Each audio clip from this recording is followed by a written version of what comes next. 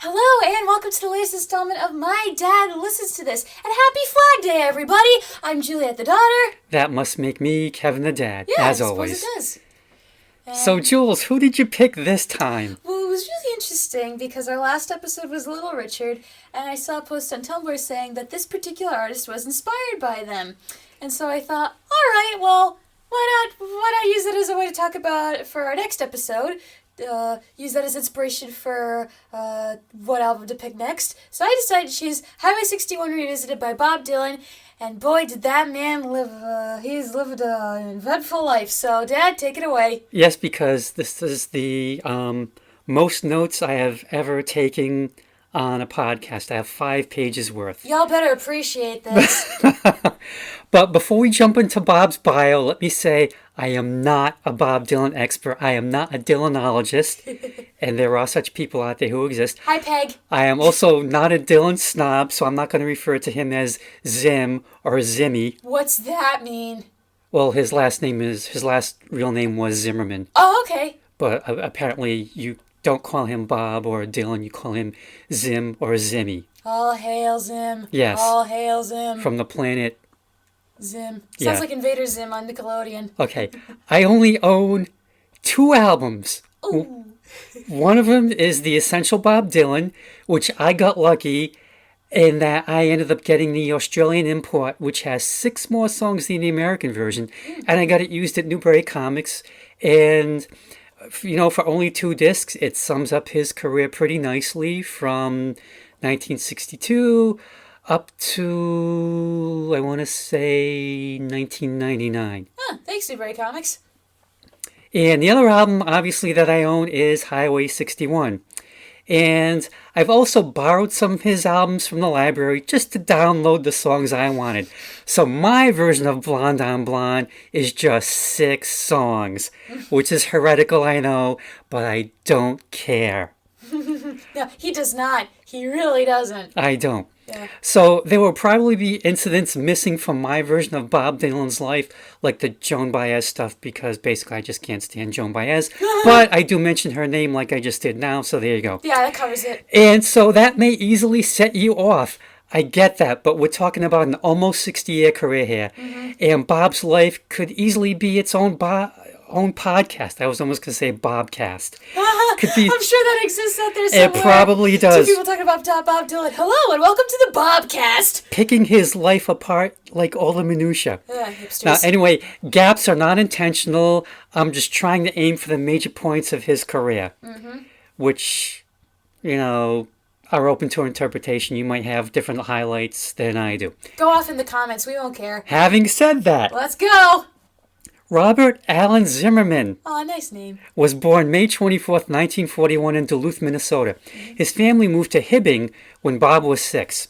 In high school, he formed several bands covering Little Richard and Elvis songs. In 1959, he attended the University of Minnesota in Minneapolis, and his focus on rock and roll gave way to folk music, which was more serious according to Bob in a 1985 interview. He began performing at the 10 O'Clock Scholar Coffee House and started using the name Bob Dylan. Dillon. Dillon. Okay. Yeah. Now, he told people Dylan was his mother's maiden name, Aww. which wasn't true. Oh. Later, he told reporters he had an uncle named Dylan. But anyway... Also not true? Don't know. Oh. Anyway, he started spelling it Dylan when he arrived in New York in 1961. And people look at it as, well, he must have been familiar with Dylan Thomas. And then Bob came out and said, yeah, I didn't spell my last name like that because of Dylan Thomas. He got very defensive about it. But maybe he did. Who knows? What did Dylan Thomas ever do to him? He existed. Oh, God. I don't know.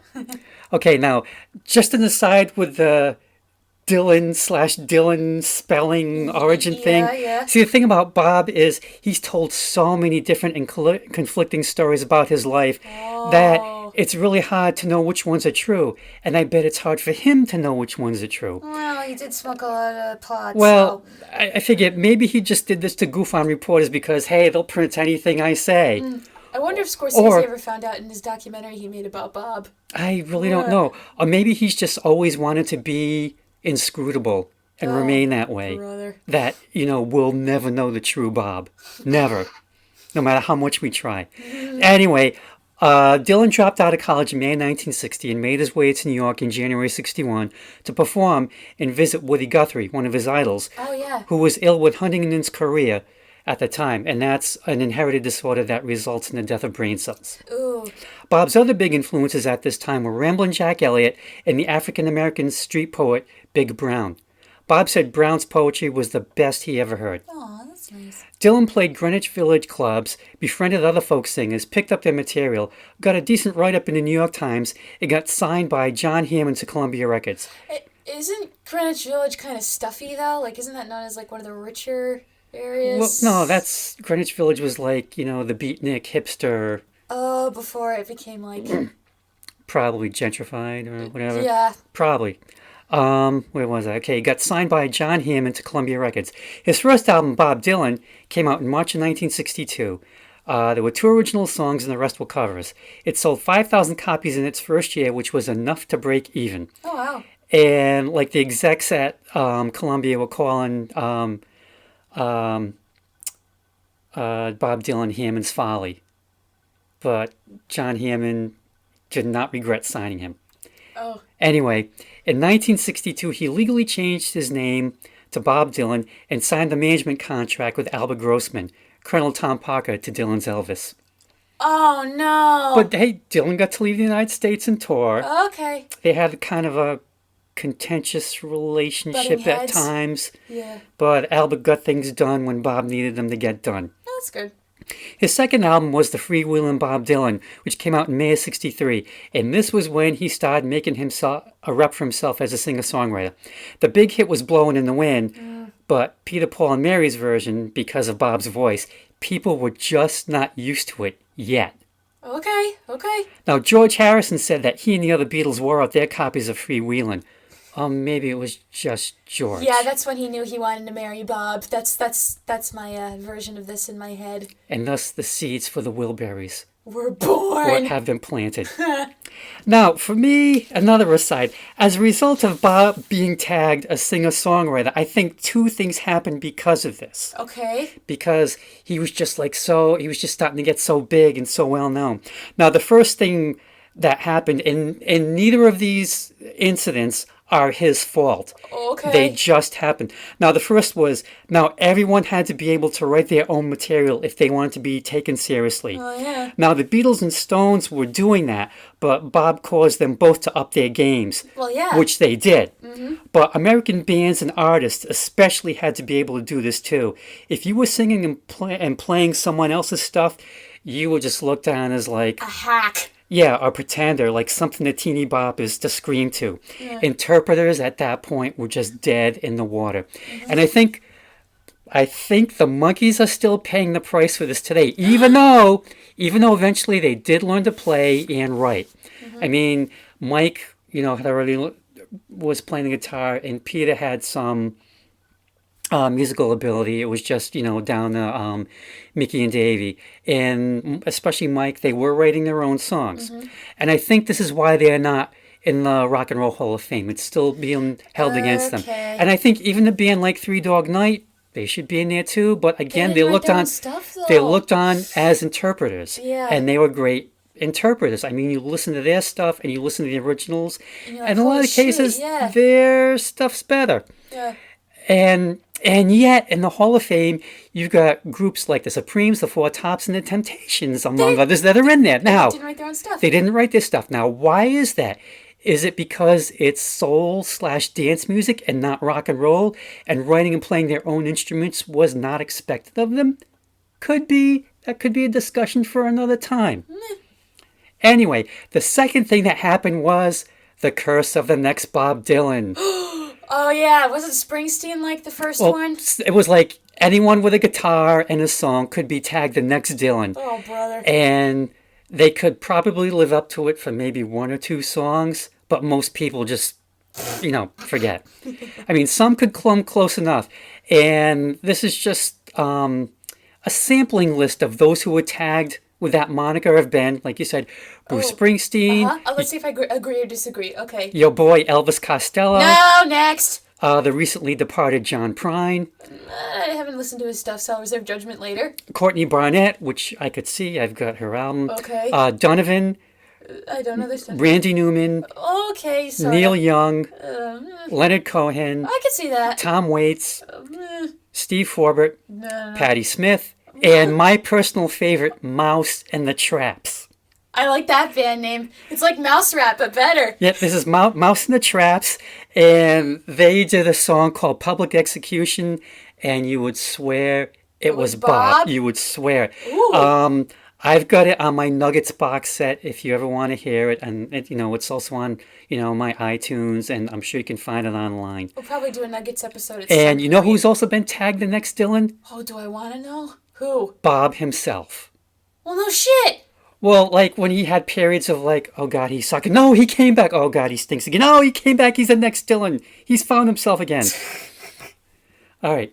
So, more albums are coming out. Bob's getting bigger. He influences the Beatles, who realize they don't have to write just love songs. Yeah. And a lot of other bands are realizing that too, but he had like the biggest, most obvious influence on them. Yeah, I mean they were just like insanely popular, and the thing was they could change their course and still be, and they were still insanely popular. The song where you hear it the most is "You've Got to Hide Your Love Away."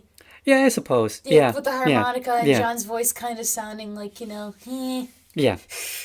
Now, in 1965-66, he hits the creative trifecta with Bringing It All Back Home, Highway 61 Revisited, and Blonde on Blonde. Now, in 1965, Dylan went electric at the Newport Folk Festival here in Rhode Island. Yep. Now, he got booed, and the theories about why he got booed are various. One, it was supposedly folk purists were booing, like, how dare he plug in that guitar and embrace that rock and roll. Do we have a lot of folk music fans out in Rhode Island, though? Well, this was 1965. Okay. Now, the other theory is that people were upset that his set was only 15 minutes. Okay, I could see them being pissed about that depending on how much they paid for the ticket. Now, the thing is, like supposedly, it's been said that, his set was supposed to be 45 minutes. But then other people were saying, no, everyone else had 15 minutes too. Oh, okay. And the third is that there was a crappy sound system, so you just couldn't hear him that well. Okay. And it still seems to be like an unresolved issue to this day. This is like, we're talking 55 years later.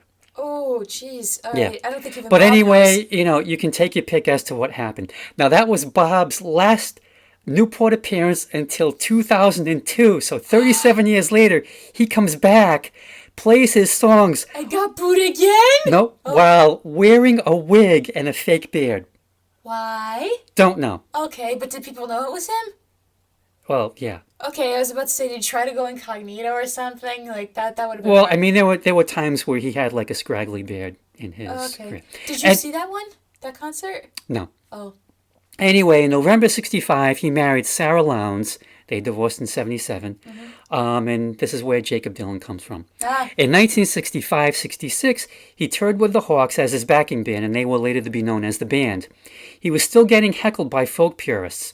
Drummer Levon Helm was so affected he left after a month and worked on an oil rig in the Gulf of Mexico. Oh, God. He did come back sometime later eventually. Yeah. Now, when Dylan and the Hawks got to England, they played the Free Trade Hall in Manchester on May 17, 1966. Someone in the audience yelled out, "Judas!" Dylan responded, "I don't believe you. You're a liar." He turned to the band and said, "Play fucking loud." And they launched into a venomous version of Like a Rolling Stone. Oh, my God. Now, this concert was bootlegged for decades until an official release finally came out in 1998. Can you hear him yell at the person? I'm sure you can. Okay. On July 29th, 1966, Dylan was involved in a motorcycle crash near his home in Woodstock, New York. Oh, yeah, I heard about that. But it's still a mystery after all this time because no ambulance was called and Dylan was not hospitalized. There was a theory that the crash allowed Bob to escape from public pressures. Apparently, Bob Dylan had it with being Bob Dylan, the voice of a generation, the man with all the answers, who did not have all the answers. No. Didn't he get, like, people showing up at his house and Yeah, stuff? yeah, looking for answers. And his thing was, I have as many questions as you do. I don't know. He reminds me of James Earl Jones's character in Field of Dreams, where it's like, what do you want? I want people to stop coming to me for answers. I want to be left alone. No, what do you want? Oh, dog and a beer. Yeah. Even Bob confirmed it in his autobiography. He said he just wanted out from the rat race. Poor dude. And aside from a few appearances, he did not tour for 8 years. He recorded songs with the Hawks/band in their basement in the house called Big Pink. These songs were released in 1975 as the Basement Tapes, and then as a box set in 2014, the complete Basement Tapes, 138 songs. Holy wow. Okay. Yeah. In 1967, he released John Wesley Harding, which marked a return to folk-influenced songwriting and semi-acoustic instrumentation. Nashville Skyline came out in 1969, which was very country. Lady Lay was the big hit, and Son of a Gun, Bob could actually sing. He'd given up smoking temporarily. Ah! Now, I have another aside. When Mike was taking a photography class at RISD, Yeah? there was this one assignment where he had to recreate album covers. So he used Dave Swanson for his Nashville Skyline recreation because Dave looked a lot like Bob. Do we have that photo somewhere? I would have to talk to Mike and see if he still has it, which it's probably in one of his houses sitting somewhere. Oh my god, we gotta find that. He looks so much like Bob. And Mike even used Dave again, for John Lennon's rock and roll album cover. And he looks just like John. He just has like this everyman face. This is like a chameleon. And I was used as Elvis Costello for his this year's model album cover recreation. Hey, I look like E. I had the glasses, the hair, the dark suit. Do we have the photo of that? Mike's got it somewhere. Oh, we gotta find it. Now, I remember hearing Lady Lay a lot as a kid. Now, the song came out in 69. I was 6 years old. I always thought Bob sang Lay Upon a Smoky Grass Bed. What was the real verse? Lay across my big brass bed. Like I said, I was 6. I like my version better. Now, in August of 69, Bob headlined the Isle of Wight Festival in England. Oh, cool. Other than play at Woodstock, which was like practically up the street from where he lived. They asked him, he said no. Huh. And then came the 70s. What happened? And I quote, "What is this shit?"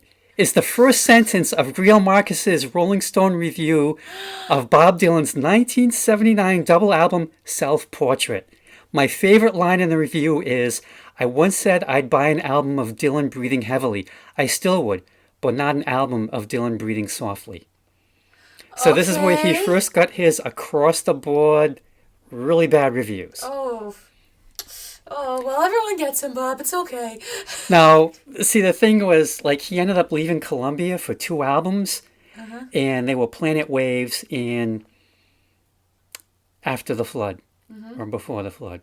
I'm sorry, I can't remember which album it is. It's the one with the flood in it. No, yeah. Yeah. It's the live album he did with the band. Anyway, he left Columbia, went to Asylum, made those 2 albums, and Columbia was so incensed that he left that they put out another album called Dylan in 1973, which was outtakes of stuff that apparently wasn't good enough to make it onto the Self-Portrait album. Now, Clive Davis said, "We will do anything to get Bob back," which they did. He's still on Columbia to this day. He is. And Columbia, or Clive, made sure that they bought the 2 albums back from Asylum so that Bob's entire catalog would be on Columbia and no place else. Damn, Columbia. Yep. Now, Wow. also in the 70s, Bob mounted the Rolling Thunder Review, which was kind of like a touring medicine show. He found Jesus, and it turned out he was hiding behind the couch all along. Yeah, he became a born-again Christian. Had a huge hit with Hurricane, which I will always associate with the late, great Rocky Point's Music Express ride, which was kind of like this, like you went around in a circle in these cars that went really fast, kind of like up and down, and they would just play rock and roll music, like you go forward and then you go backwards. Oh, so kind of like a local version of the Aerosmith ride at MGM in Disney World. Well, that was a roller coaster. Yeah, yeah. This wasn't a roller coaster so much as like this crazy thing that just went up and down in a circle really, really, really fast. Okay. That But sounds I fun, just though. remember them playing that song whilst I was on the ride at one time. Anyway, best album of that decade is Blood on the Tracks, even though I was surprised it got a mixed reception at first, and time has been kind to it apparently. That's it for the 70s. Yes, I abbreviated it. I'm going to do the same with the 80s. More hit and miss albums, singing on We Are the World, and looking a little lost. Yeah, someone said Bob Dylan looks like he's huffed too much glue. He played at Live Aid, and the comment that he made about that he hoped some of the money would go to the United States for farmers inspired Willie Nelson to start Farm Aid. Oh, yeah, I remember that, yeah, from his website. He toured with the Grateful Dead and documented this on the much reviled Dylan and the Dead album, which one reviewer said this is probably the worst album for either Dylan or the Dead, which I guess is really saying something. He bounced back with the Traveling Wilburys, Hooray! and you called him Lucky Wilbury, mister, Yep. which revitalized his career along with Roy's and Tom's. Yep, and George and Jeff were doing just fine anyways. Oh, they were, yeah. He was also inducted into the Rock and Roll Hall of Fame in 1988. Huzzah! And he also started his never-ending tour in 1988, which 32 years so far. I'm sorry, I gotta bring up the incorrect Wilbury.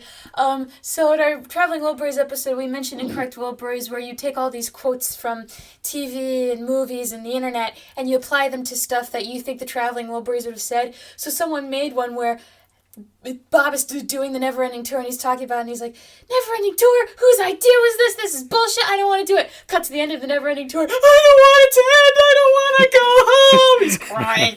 I've done a few of them myself. Like I did one where Jeff is trying on a suit, and he goes, oh, this looks awful. And Bob goes, that's because it's on you, Jeff. Sorry, go visit that blog, Hi Incorrect Wilburys Volume 3 if you're out there. Okay, so... And Hi Sneeze, that was the original one. Okay, Anyway. so he started his never-ending tour in 1988, and it's been going on for 32 years. He does about 100 dates a year, so it's like he's going to tour whether you want him to or not, and I say, you know, good for him. He's still out there, he's still doing it. Yeah. In 1986, he married Carolyn Dennis, one of his backup singers. They divorced in 1992. Oh well. That's the 80s. Ha! Now the 90s. It did not start well with Under the Red Sky, which That doesn't sound good. that was his first album in the 90s. Didn't get the greatest reviews, but eventually he got his act together for the rest of the decade. In 97, he put out Time Out of Mind, which won raves, and an album of the year at the Grammys. Also in 97, he almost died from a life-threatening heart condition. Oh yeah. But he recovered and went on tour. And your mom and I saw him at the Worcester Centrum, and Van Morrison opened. Ooh. And your mom and I sat in front of Paul and Al from HJY. Oh yeah, and that's how you met Paul and Al. Yeah, and your mom said that they and their wives are really nice. Yeah, because I won tickets from them to see the show, and apparently that's where like everyone in that section was like HJY related somehow. Remember when they were on Babylon 5? Yep. And you pointed them out and you were looking at them and you were like, hey, it's Paul and Al! Yeah, well, Buy Bruce Boxleitner here! Well, the thing was, we watched Van Morrison, and I'm looking around, and I look behind me, and I'm like, that's Paul and Al. I go, are you Paul from Paul? Yeah, and we just started talking like, hey, I won tickets, I had to call and answer a question. Like, oh, that's pretty cool. I said, yeah, I saw Art Lake on Channel 10 right before I called you guys, and he was talking about the same thing. Oh, so you cheated? I'm like, nah, I just happened to see Art Lake on Channel 10. That's how I knew the answer. Anyway. God, that shows you how long ago that was. Wow. So, I gotta say, Dylan and his band were lean and mean, and Bob was like, no BS, just one song after another. Like And, Clapton? Like yeah, talk to people? you just got to it. As for Van Morrison, he was round. He was as wide as he was tall. Oh. I'm just sitting like, oh my God, that poor guy. He was just...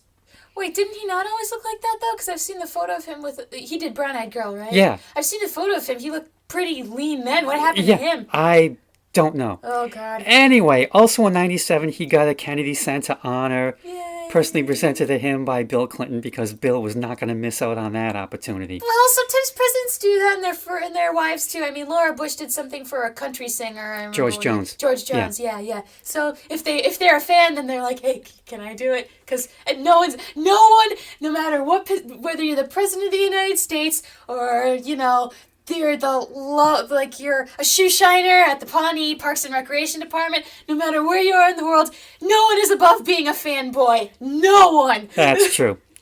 Now, also in the 90s, the bootleg series box sets started coming out, and there's 15 volumes of them so far. There's like all the stuff that Columbia Records has just had in the vaults, mostly live stuff, outtakes, that sort of thing. Mm-hmm. Okay, that's the 90s. Now from 2000 on, yeah, I'm doing the 2000s and the 10s. Wow. Bob puts out albums that still get raves. He's still on his never-ending tour. Uh-huh. He's even played McCoy Stadium a few times Really? up the street. Yeah. When? Did I see him? And I don't remember? No, you didn't see him. Okay. You were like really small. Okay, yeah. Yeah. You were still into, who are those guys that you were into? Oh, no. 5x5. Who? Bush, Rush, Big Time Rush. Oh, no! I know he's going to get it eventually. Yeah, I had their poster on my door and the shirt and the album and everything. Yep. Yeah. Now, get this. He also put out 5 albums worth of standards. Really? Really? Are they good? I haven't heard any of them. I'd be intrigued. I'd be down. Now, his last one was called Triplicate because it was a 3 CD set. It was 30 songs.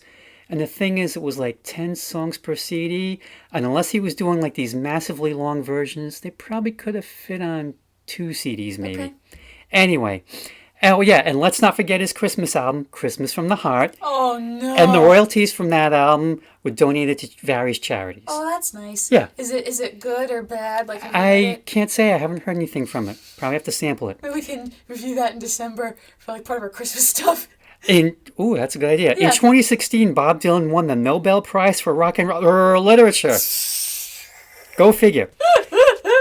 And on June 19th, 2020, this coming Friday, he'll be putting out Rough and Rowdy Ways, a double album of original material. There's only 10 songs on it. One of them is 17 minutes long. So there you go. Oh, that's why it's a double album. Okay. Yeah. Some of them songs are pretty long. 17 minutes. So he is still keeping on. Mm-hmm. Now, as for Highway 61 Revisited, I think I may have borrowed this from the library first years ago. Then I thought, oh, this is so great. I got to own it. Mm-hmm. Now, it was released on August 30th, 1965, and went to number 3 in the U.S. and number 4 in the U.K.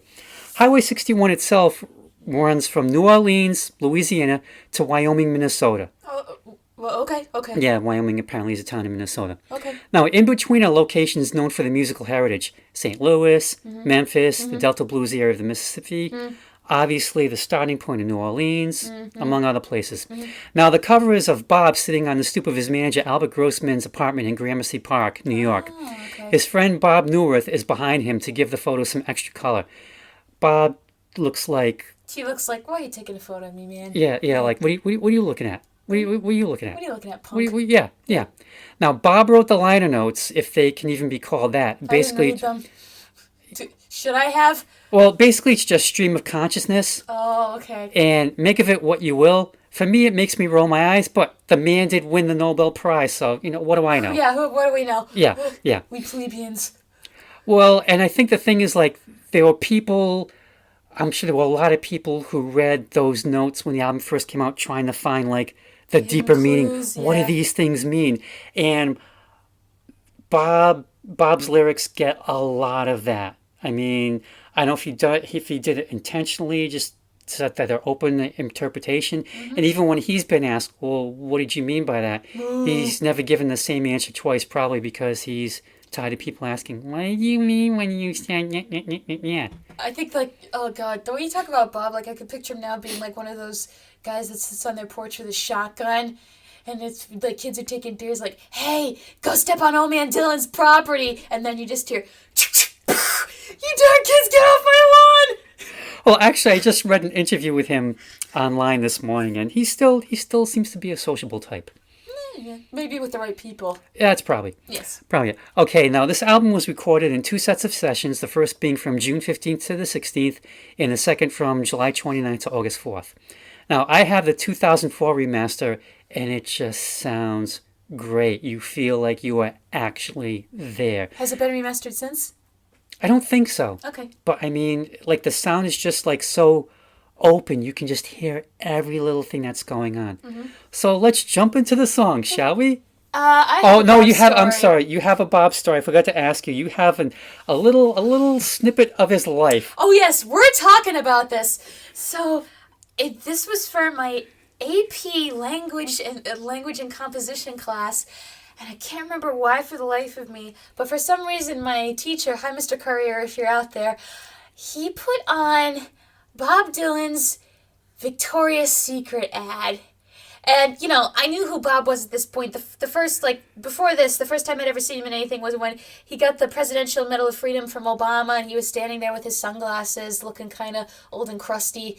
And he's doing, the commercial with, the Victoria's Secret angels in their underwear, and they got the feathers on. And I'm sitting there, and I'm like, I should be finding this weird, but I don't at the same time. Because Mr. Courier was saying that when that ad came out, people were like, what the hell's Bob doing in a Victoria's Secret ad? You know, this doesn't make any sense. But in my mind, I was thinking, it's the rock and roll life. He probably likes being surrounded by beautiful women. If you called him on the phone and said, if you do this commercial for us, we'll surround you with a bunch of beautiful women in their underwear. You know, of course he's going to say, hell yeah. I was looking at it and I'm like, why is everyone freaking out about this? He's a guy. He likes seeing scantily clad women. What's the issue? I don't get it. 'Cause he's Bob Dylan, damn it. He's not with the establishment, man. But even Bob Dylan needs to pay the bills. I don't know what his finances are. And I don't know if you know this, but ages ago he was asked about... Why did he do that? No, not even about that. This was like in the 60s. He was asked about, what's the point of your music? And he said, to sell underwear. And darn it, he made it come true. Yeah, all right. Prophecy fulfilled. All right, you ready? Because the bras, they are a-changing. Anyway. Okay, so first song, Like a Rolling Stone. And when you're on Spotify, you can see the number of plays each songs get. This is the most played song on this album. I thought it would have been Ballad of a Thin Man or Desolation Row, but it's not. It's this one. I think I realized what this song is. Bob Dylan's version of Sophisticated Lady. Pretty girl who's high class and flirty suddenly finds her entire world upended and she just doesn't know what to do, and she's falling into despair. However, I think this is one song on the album where I make this case.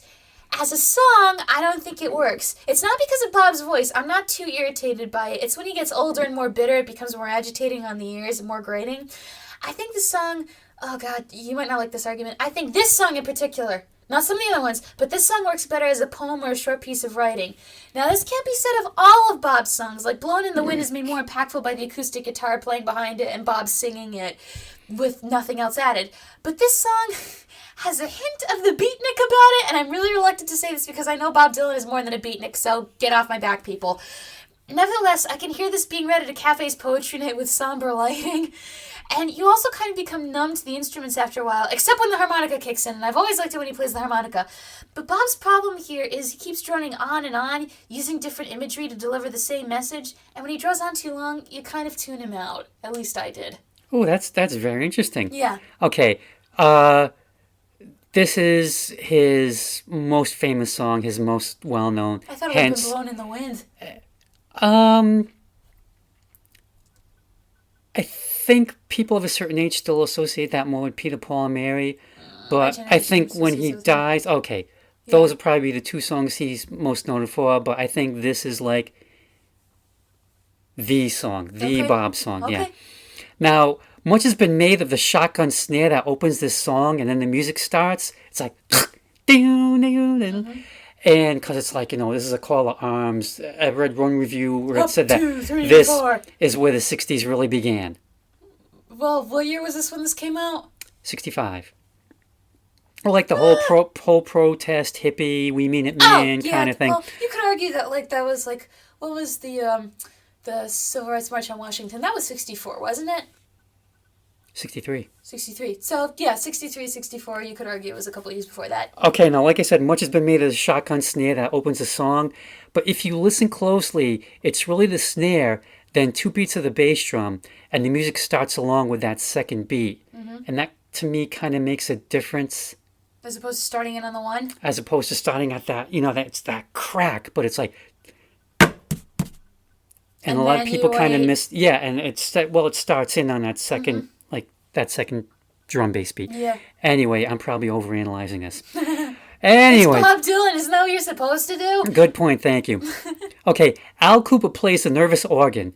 He'd never played the instrument before, but he wanted to play on the song. He wanted to contribute somehow.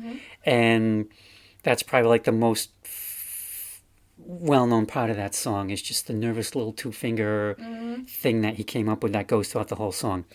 I thought I heard that. He also did something similar a few years later on the Rolling Stones' You Can't Always Get What You Want, on which he played the French horn, which was another instrument he'd never played before. Yeah. Oh, if you don't have the embouchure for it, then that's going to be hard. Well, you should listen to that song. He does a really good job for someone who never played it before. What's the name of it again? You Can't Always Get What You Want. Okay, I'll try it. Anyway, theories abound as to who the victim is of Bob's resentment/anger. Yeah, who is it? There's been so many people. My favorite is that it could be Bob himself, because who else is going to stick around for 6+ minutes harangue, great as it is? Like you said, he keeps saying the same thing but in different ways. Yes, exactly. Yep. And I also think that this is the song where everyone gets their Dylan imitation. Shall we break in ours? I already did mine a little earlier. You can go with yours if you want. You don't have to. You're not being forced. Well, there's one that I know where it's like if Bob's saying head, shoulders, knees, and toes. Head, shoulders, knees, and toes. Eyes, ears, mouth, and nose. There you go. Very good. Thanks. Okay. Now, Rolling Stone magazine, in one of their umpteen greatest rock and roll song lists, rates this as number 1 of all time, and Satisfaction is number 2. But I would put Satisfaction at number 1 because I think everyone can relate to the idea of not getting any satisfaction. Didn't that also, I heard that song caused big controversy when it came out because of, was it the later lyrics that, oh, he's doing this and I'm doing that and I'm trying to make some girl. That one, yeah. That people were parents were clutching their pearls and going, "Oh my God, this is profane. Oh, they should hear this stuff now." Yeah, I mean that was very. I mean now it's very quaint, but back then it was. All right, next song. Tombstone Blues. My first note when I wrote this was, bleak title, but hey, bleakness might be a little bit of a pick-me-up depending on how dark he gets. So, this is a song that works as a song, not a poem, and the electric guitar sounds great, but I feel bad for the drummer. He doesn't get to have any fun, just keeps the beat for God knows how many minutes. Yeah, but he keeps it. Yeah, but I'm he must be just sitting there just let me have some fun. Alright, so, once again, Bob uses a lot of different imagery with a lot of different references. But the thing with Bob is he's using them for a reason, more than just showing off, which he does a little bit of, let's be fair, because everyone has an ego. He's like an intimidating friend who can't help but lord his intellectual prowess over you, since it's one of the few things he's got going for him, even though Bob is a great musician to boot, so it's not completely everything. So there's a lot to unpack, but I'm only going to unpack a few things here. Yeah, go ahead. Alright, basically, this is my interpretation of the story. Bob lives in a crazy world right now, telling the stories of the misfortunes of the people who live where he does, including a poor bride who I don't think wanted to get married. And what's his reaction to the world around him? He wants to die. He has the Tombstone Blues because he's all bummed out he's not dead. But I think the reason he hasn't taken matters into his own hands is that he finds everything so batshit crazy he wants to stay and watch. That and he can't commit. Oh, yeah. I that's a really good point, because I want to die, but this shit's too fascinating. I want to watch. Exactly. I mean, my favorite line from this song is "The sun's not yellow, it's chicken." Yeah. Yep, great stuff. I've always found that line hilarious, and especially because you could argue it's just a big egg yolk up in the sky. Well, yeah. Plus, there's also it's not yellow, which you get it right about it being yellow. The sun's not yellow, it's chicken. Well, I get chicken meaning coward. Yeah. Yeah. Okay. Good. Yeah. All right. Okay, now for me, with this song, I look at it as just Bob's just playing with the language in this and other songs on the album, but mostly this one. I mean, he does a great job of it. I mean, he just strings these words together. There's a nice flow. It's not word salad. You know what I mean? Yeah, Yeah. I have no idea what he's trying to say, but supposedly, from what I've done in research, supposedly this song is about the USA and the Vietnam War. But to me, it could be about anything really, because to me the lyrics seem to be so non-specific, but it does rock. Yeah. And I like what you said about how like everything's just so crazy. Yeah, it's just absurd. It's like he's got to see what's going to happen next. Even though he's depressed and wants to die. Yeah, Yeah, exactly. I mean, that's things sad. are just things are just too interesting, crazy, and it's like he's afraid he's gonna miss something. Yeah. And like I said, this is one of those songs where like it's probably been like like a biology lab frog. It's just been dissected, and Yeah, pulled apart. yeah, And the muscles are shredded and it's not the same. at least with the frog, you're getting results. You know what's what. All right, next song. Takes a lot to laugh, it takes a train to cry. Whatever that means. My guess is maybe it's about how men are told boys don't cry at an early age. Now, my first reaction was when I saw how short the lyrics were on the page was, oh, thank God it's short. But even if it wasn't that short, at least it wasn't long-winded. The message is simple, at least to me. Bob's character in this song is a simple American man, probably blue-collar, living a regular life, working a regular job. But he's got feelings that run very deep, and he's contemplating the future about what will happen when he dies, and whether or not he'll tell the woman he loves just how much he loves her. He probably does want to say more, but it's not in him to express it so openly. And I find the song rather poignant. Tell people how much you love them and what you really want in life, not just the basics. You gotta put some effort into it, because you really have to be open and honest with people before they can fully love you. And the music is pleasant, something you can sway to, and you can tell the music is inspired by the rockers of old. Oh yeah, it's very bluesy, Yes. and Bob does use lyrics from old songs in combination with his own lyrics. And my favorite lines are, "Well, I want to be your lover, baby. I don't want to be your boss." You know, he wants to have a relationship with an equal, like with Yeah. a partner, Yeah. not someone that he's going to say, you do this, you do this. You know, someone who's can stand up to him. Yeah. As for the title itself, it takes a lot to laugh. It never comes up. No, it does. No, it doesn't. I mean, he has songs where like you're never gonna hear the title mentioned in the song. Like Thin Man, but we'll talk about that later. Yeah. And like I've struggled with what does it mean? What does it mean? Not that I'm gonna call him up and say, Bob, what do you mean by this? Now, for a lot to laugh, I sometimes think, does he mean like a lot, like a piece of land? Because we've got, it takes a train to cry. I always thought it was like, it takes a lot to laugh, or it's like, you know how sometimes people laugh insincerely because a person is telling a joke and it's like, okay, everybody laugh now. Yeah. But it takes a lot to produce like real, genuine, side-splitting, can't catch your breath laughter. Yeah. So maybe that's one version of an interpretation. Point is, we're never going to know what any of this means, and we'll probably die without knowing the truth. And damn it, Bob unintentionally has us playing the what does it mean game. Yeah, so this is partly his fault, too. Yes? So the scoreboard, Bob 1, us 0. All right. Next song, from a Buick 6. Is that a real model, by the way? Yeah, I did some research on it. Okay. It's a 6-cylinder Buick. All right, so my first note, good for Bob for finding a ride or die woman. Bob has found a lady, but she's tough and no nonsense. She'll put a Band-Aid on your cut, but she'll call you out on your stupidity for getting hurt. I wonder if there are any women in Bob's life that inspired him to write this song. And I also appreciate the Bo Diddley reference, but this woman, Yes. it reminded me not of Bo, but the woman in Hey Bo Diddley who has a pistol and a sword by her side. Yep. And you get the sense she doesn't need Bob in her life, but the reason she sticks around is because Bob would probably be dead without her. Because she just feels bad. This song makes it sound like she's irritated having to clean up his messes, but it seems more like gentle ribbing than genuine hate. I personally think it would be interesting to compare and contrast this song to Bob's actual marriages and see if there are any similarities or differences, but I like the message of this song. If there was ever art to be made about this song, it would definitely be Rosie the Riveter-esque for sure. Ooh, yeah. Yeah. I like that. Yeah, I've always thought, just from the title from a Buick 6, I always thought, Bob's behind the wheel of his Buick. Driving alone. Probably on Highway 61. Telling the passenger next to him, who could even be his soulful mama in the song, all about this woman who will put that blanket on his bed no matter what. Yeah. I can't believe I'm going to say this. This is no pun intended. She's got him covered. Yeah. No pun intended. No, I know. And I've always thought the playing was kind of sloppy, but man, it works. It just all comes together. Okay. All right, next song, Ballad of a Thin Man. Oh, one of my favorites. Okay, I like this one a lot too. This was one song from the album I definitely remember hearing before too. I think it's been labeled as one of Bob's greatest hits, or at least one of his most well-known pieces. It sounds like a Western showdown from the opening. So first I wondered why the title of the song wasn't Mr. Jones, which is sung so catchily. But I think I know why.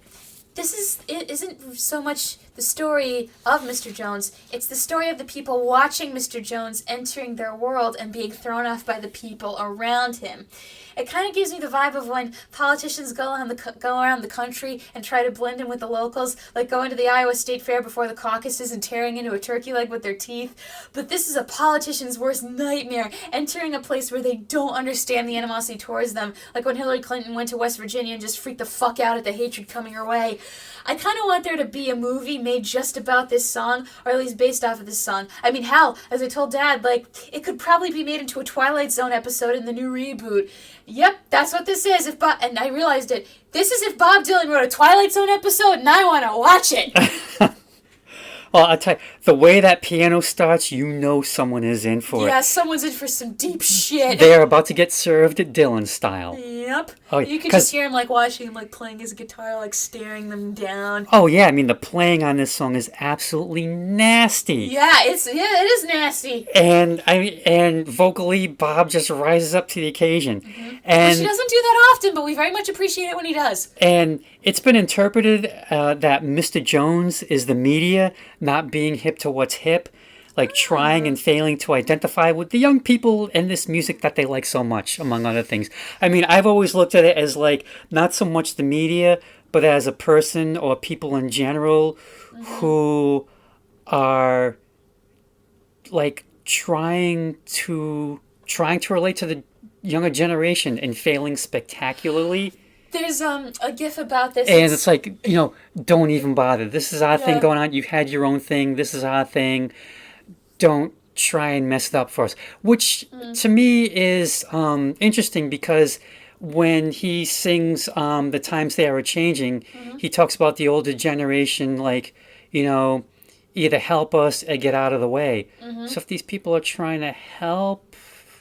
I feel like people are going through that now with millennials and Gen Z versus boomers and okay boomer stuff. But what you were saying, it reminded me of this gif from 30 Rock with Steve Buscemi where he goes undercover to a high school. He's got a baseball cap on his skateboard and he goes, "How do you do, fellow kids?" Yep. That's exactly what this is the vibe of, yeah. And for me, in this song, there's always been a mystery. At 7 seconds in, right? Bob cracks up on the line, "You try so hard." Oh, he laughs? Yeah. Oh, and I want to know what made him laugh because Mr. Jones acting stupid, that's what. Maybe. You can't help but laugh at what a buffoon this guy is being so out of his depth, But it doesn't sound like an intentional laugh. It just sounds like something spontaneous. Maybe he got caught in a giggle loop. Did he? Could be. Could be. The glasses are stacking. Yep. Sorry, we've been watching Coupling on the BBC. Yep. But to me, that's just a mystery. Why does he just crack on that line? Or either that, or maybe it's supposed to be a contemptuous laugh, "You try so hard." Yeah, you suck. Yeah. Yeah. Yeah. Oh God. Now I'm just thinking of all these cringy moments in politics where people are trying to blend in, when Bill Clinton said, "I didn't inhale." Oh, jeez, dude. All right, we gotta move on. All right, next song, Queen Jane. I hope you've never, ever played this song for Mom. Now, to call back to Incorrect Wilburys, I can see Bob writing a sequel. King George? Yup. Oh, good God. I had to. All right, this is more appropriate as a song than a poem, but once again, I need to state my problem with Bob. Again, he uses different imagery to convey the same message over and over, but when you realize what the song is about, you're like, "Guy, I get it." Well, maybe I do anyway. I can see Bob sitting in a throne in this song while the queen is pacing around the room worriedly, wringing her hands, and he's taunting her like a scorned lover, well. And that's what this is. You think you're so hoity-toity, but as soon as people see you for who you really are, you'll come crawling back because you're scum like me. So the last note I have for this song is I really like it when Bob goes off on his harmonica. And I never thought I'd say something like this, but those harmonica solos are killer and I wish there was more. Yeah. He can, oh God, this is going to sound wrong. He can blow. Yes, that doesn't sound so wrong. Anyway, this is another one of his songs that's been open to various interpretations, and I thought you were pretty close, like the way you talked about it. It's almost kind of like a sequel to Like a Rolling Stone, Yes. but but in this case, it's like, Bob's telling Queen Jane to come and see him when she gets over herself because he can, he can straighten her out as only Bob can. Yeah. But again, Bob could be singing about himself. He's had it with everyone. He wants someone he doesn't have to speak to. Could it be drugs? Could be. Maybe. Probably. I mean, for me it's an okay song. Like when it comes on, I don't skip over it. And it's probably one of those where I just need to listen to a closer man to get the meaning of it. Have you gotten there yet? I'm never gonna get there. Okay. I freely admit that. No one ever will. Even the most dedicated Dylanologists probably who are like, oh yes, I know what this song is about, probably are secretly panicking that they'll be discovered that they actually don't know. Well, yeah. I mean, that's a thing we've gone back to before, where like there are critics, music critics, who are afraid to say, I don't know what it's about. Oh, like in our Elvis Costello episode? Yeah. When, who was it, David Lee Roth was saying, the only reason that, the critics like Elvis Costello is because they look like Elvis Costello.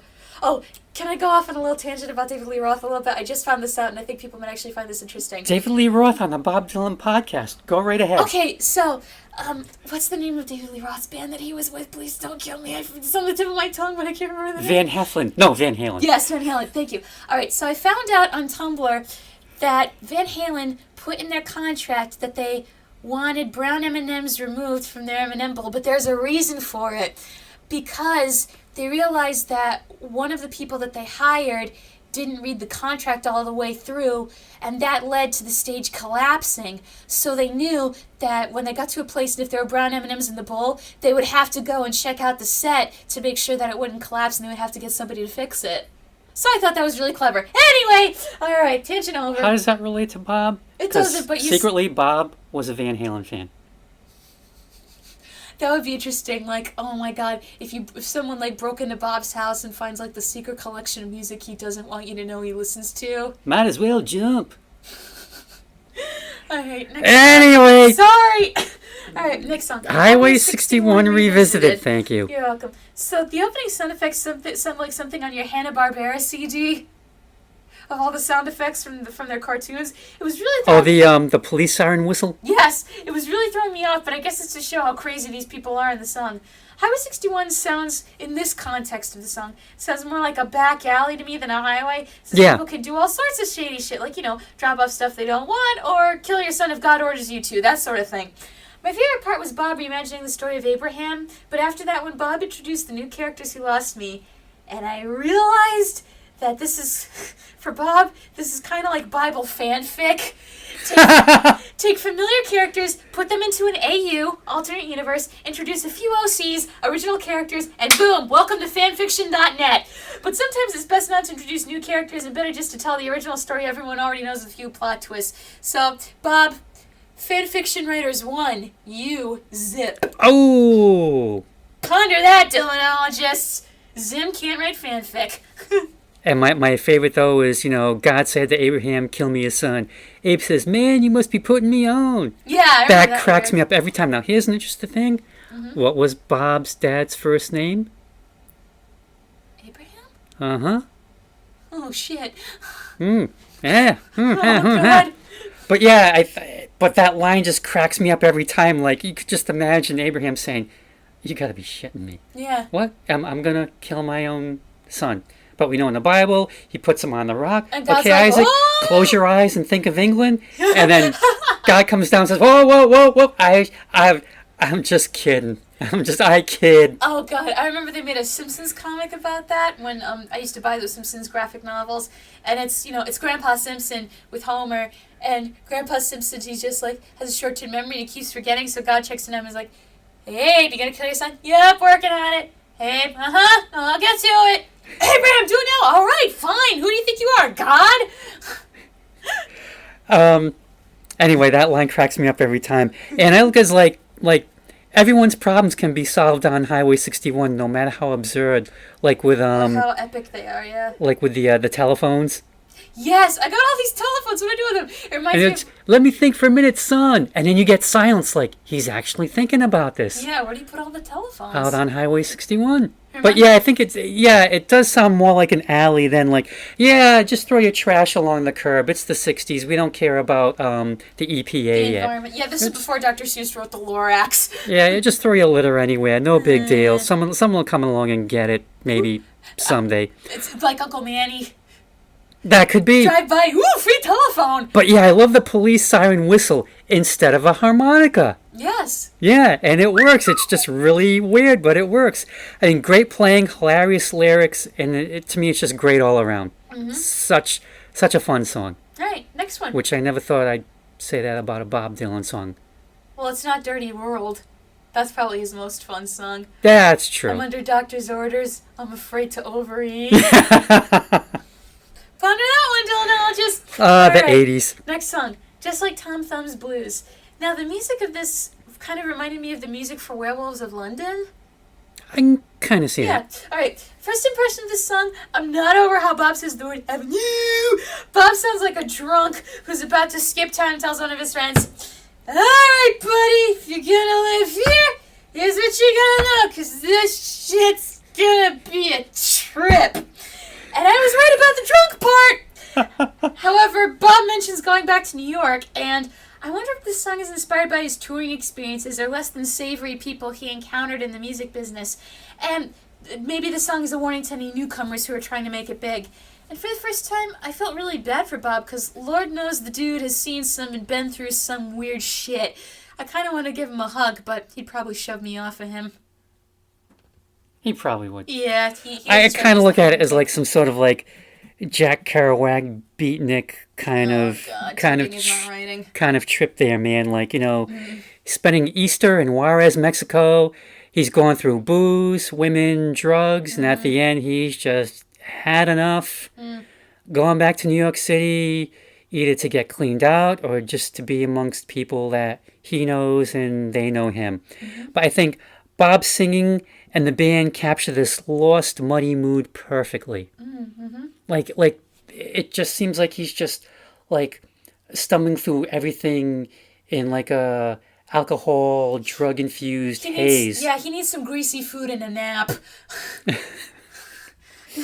Take me to the worst diner in NYC. All right, yeah. World's best cup of coffee. You did it. Congratulations, world's best cup of coffee. Oh, God. Or he pulls around Swanson. Give me all the bacon and eggs you have. Do you understand me? Now, get this. Oh, okay. What? The thing about Just Like Tom Thumb's Blues, got a couple of things. Someone asked him about, who's Tom Thumb? Bob says, it was this artist. He had a blue period. He had this, that. I'm thinking, wait a minute, that's Picasso. Again, he's just putting you on. Well, the first thing I was like, wasn't there like a nursery rhyme about the guy who got the plum on his thumb? Like, you know who I'm You're talking thinking about. of Little Jack Horner. Sorry. Well, I haven't done this in a while. Tom Thumb was, can we still say this word in this day and age? He was a midget. Oh, little person. Yeah. Little person. Thank you. You're welcome. Back in the P.T. Barnum days, Colonel Tom Thumb. And I think I think they referenced him a little bit in The Greatest Showman. Yeah. In the Hugh Jackman movie. They had to.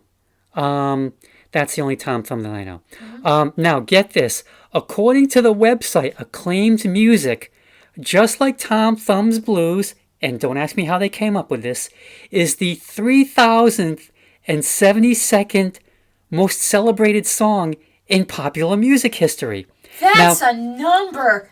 Now, Mojo Magazine ranks this song as number 13 on their all-time greatest Bob Dylan's songs list. That's a weird pick. There was another one in here. Where the heck was it? Oh, yeah. Also, It Takes a Lot to Laugh, It Takes Train to Cry was ranked number 87 in Mojo Magazine's Best Bob Dylan Song List. Now, let's think about that. Someone or some people actually sat down and thought, let's rank all these songs. That must have been a lot of late nights at the office. Or just like I said, Dylanologists at their best, or possibly their worst. Yeah. Yeah. But anyway, this is number 13, which kind of makes me wonder what number 12 and up are. Yeah, or you what's go through the full behind list. Door number 3. what's number 14 and all the ones after that.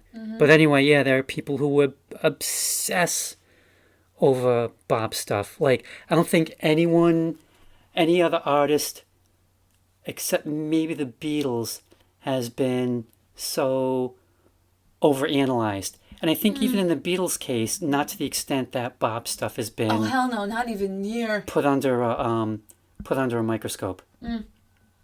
And finally, we come to Desolation Row. Now, my Now, first note before I fully listened to the song was, oh great, 11 minutes. Yay. True to its title, with postcards of hangings and brown posters, Desolation Row sounds miserable. Bob references a lot of characters who've been through suffering, but I'm curious as to why he referenced Cinderella since she escaped her torment when she married the prince, so maybe this is the part of the story before she goes to the because ball. she is sweeping up on. Yes. Yet they don't seem too much in misery, all the people on Desolation Row, because they're all together with people who know the pain of being lonely or being outcasts. The reference to Ophelia is on point, especially with the iron vest, because I'm like, oh yeah, I could see her wearing that so she could drown in that river faster. And I think that her death, in my opinion, is really a sin on Hamlet's soul, since he never told her, listen, I'm going to pretend I'm insane to catch my uncle for murdering my dad and boinking my mom. Okay? Cool. And now, here's my little spiel as a Phantom fan. Yes, PH for fan. That's what we call ourselves. I think it's interesting he made the Phantom the image of a priest, because in the Susan Kay novel, Eric is an atheist who even gives in to Satan at one point. Not only that, but there are a lot of adaptations who think where, the Robert Englund version where someone says to him, you're a thing from hell, and the Phantom goes, and you, sir, are hell-bound, before he stabs him. And yes, the Phantom's name is Eric. That's his name in the original LaRue novel. Andrew Lloyd Webber cut out his name for some reason in the musical. I don't know why. And Eric yelling at the girls is probably just him panicking and not wanting a repeat of what happened with Christine. Either that or he's trying to warn them, if you see his face, you're not allowed to leave, which, again, comes up in, the Lon Chaney movie, the book, and the Charles Dance version. No one is allowed, who sees my face is allowed to leave. I thought everyone knew that. Anyway, Desolation Row kind of reminds me of the Island of Misfit Toys, both character from books, theater, movies, and even real people like Betty Davis instead of a Charlie in the box. I think this is the Bob song I like the most with Thin Man, but I don't think I could listen to it all the time, which I shall elaborate more on in my final thoughts. Okay. To me, this is 11 plus minutes of surrealism, except at the beginning, when he talks about selling postcards at the hanging. That did happen in Duluth in 1920. 3 black men were accused of raping a white woman. They were lynched, and postcards were made and sold. Bob's father was 8 years old at the time and lived 2 blocks away from the scene, and he passed that story on to Bob. Oh my God. Yep. Did he... So he referenced that, and I did some research online, and because of Desolation Row, there was an article written about Duluth faces its past. Are those, I hate to even ask this, but are those postcards still out there somewhere in the ether? I couldn't tell you. I did not do research to see if they were. No. I didn't do. All right. Now, in a 1965 interview, Bob said Desolation Row is in Mexico, just over the border, and it's known for its Coke factory, the Coca-Cola kind, where they use sugar instead of high fructose corn syrup. Yeah, that's how you know it's real Mexican Coca-Cola. It makes a difference. So good, yeah. Now, in 2001, he claimed the song was a minstrel song through and through. And like I said, with Bob, you're never going to get the same answer twice. Yeah, and I don't buy that argument anyways. And because I can see, because I'm sure he's still sick of people asking, yeah, but what did you really mean in this song? But I think this song has, aside from how it starts, it has lots of great imagery overall, especially with Einstein disguised as Robin Hood. Yeah, that was weird. Yeah. I was like, oh, okay. And the thing is, it's after listening to this album, it makes me want to go back and listen again, this time with the lyrics. In front of you? Front. Yeah, that's how I did it too. I would scroll through the lyrics, but it was at a certain point I would stop reading them because, again, Bob says the same thing over and over with different imagery, so it was I kind of didn't need to read the lyrics anymore because I'm okay, I get what he means. I don't need to read them. Mm-hmm. So for me, if you're going to own one Bob Dylan album, this is the one. Not Blonde on Blonde. Sorry, people. But after that, you're on your own. I mean, everyone says, oh, Blonde on Blonde's his greatest album. It's a double album, and for me, I really like half of it, and the other half, it's just... It's all up to taste, people. That's why we do this show. Yeah. Yeah. And you can say, well, yeah, but you don't have any. I don't care. Yeah, he doesn't. I really don't. So he gave his 2 cents. Here's mine. Go ahead. All right. So for me, Bob Dylan is not music I can listen to all the time. I realized... What are you talking about? Well, here's what I realized. If I ever want to listen to Bob's music, it'll be when I'm in particular moods. Feeling alone? Desolation Row. Delighting at a politician's misery? Ballad of the Thin Man. So, I don't think I would download an entire album or actively seek out to buy one. I mean, I have Traveling Wilburys Volume 1, but there's debate as to whether that album is or is not officially in Bob's musical canon. Well, he's on it, so So... you gotta count it. You gotta count it, Dylanologists, right? But, anyway, if the mood hit, I'd put on a particular song.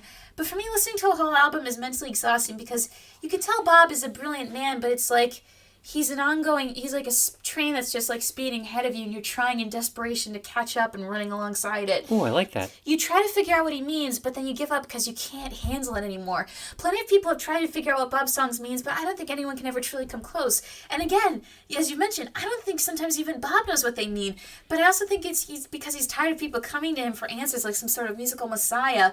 So, in conclusion, y'all can keep Prophetic Bob. I'll take Cranky Old Bob along with Blowin' in the Wind and a couple of songs from here. I like him as a crotchety old man. He's a lot more fun that way. Yeah, old man Zim with a shotgun. Because if he didn't care before, he really doesn't care now. Oh, hell no. He didn't give a shit about anything. And on that note, all right, as always, thank you for listening to another episode of My Dad Listens to This. If you like this video, please give it a like. And if you don't like this video, Dylanologists, are you really going to dislike a video about your own Lord and Savior, Zim? Are you really? Yes, but they'll feel bad about it. Well, feel bad. All right. If you have any specific thoughts that you want to let us know or any more tidbits about Bob that we weren't able to get to, please let us know in the comments.